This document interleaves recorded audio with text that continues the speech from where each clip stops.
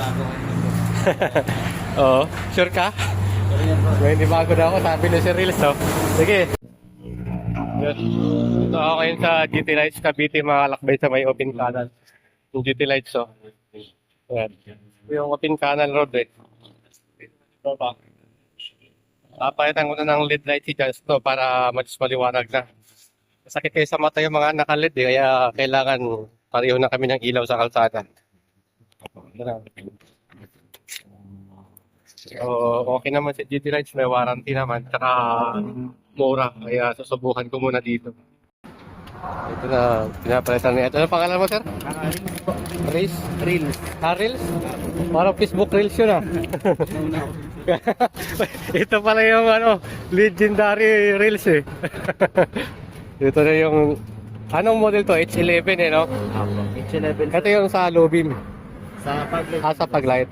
Ito yung all-weather paglight ng GT Lights, mga kalakbay, oh. Ayan. Tapos yung sa lubim niyo, sir, puti. Puti, siyempre. Oo. Kaya yung mga kasalubong ko, pantay na kami ngayon. Ilang taon din ako nagtiis doon sa sa stock, eh. So ito na si Idol Reels, oh.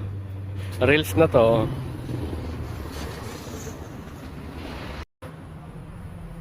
So ito na yung stock ng paglight ko.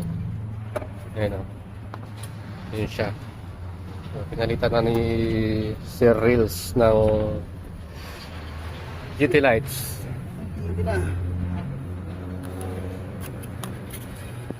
1 year warranty.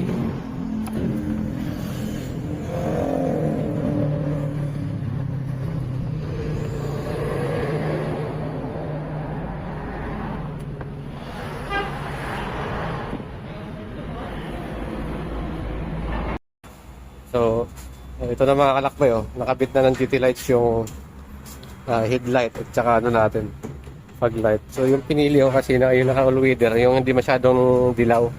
Kasi experience ko yun sa kalsada, pag sobrang dilaw, masakit sa mata, sa kasalubong. So kawawa yung kakasalubong. So ito na. Kami, sir, i-adjust na lang natin. Kaya align na lang. Sige. Para hindi rin nakakasilaw sa kasi. Yun, dapat lang, no?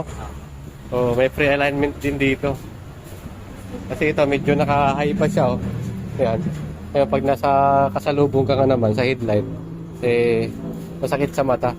So yun pala yung nakikita ko minsan sa kasalubong ko, naka low beam lang siya pero masakit sa mata, para naka high beam na.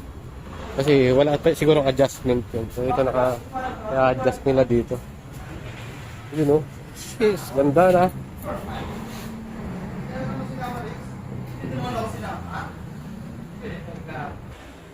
So yun, ina-adjust na ni Idol. So ito yung mga final na setup, mga kalakbay, oh. Ayan. Ito na yung liwanag niya. Ayan. So, cut out kay si Reels na nag-simple. Magbibigay ako ng review mamayang gabi. Mamayang gabi pa natin makikita ito, eh. So, ayan. Ay, hindi bago ngayon. Oo, sure ka? May hindi bago na ako, sabi na si Reels, oh. Sige.